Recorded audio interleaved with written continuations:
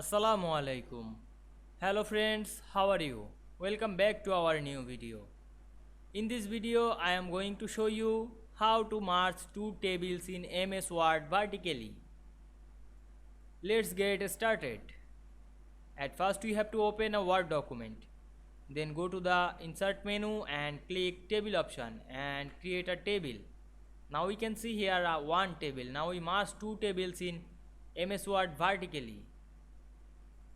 Now we select a row in this table and go to the layout menu and click merge option.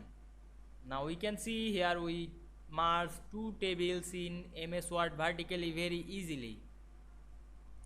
Now we try some another cells.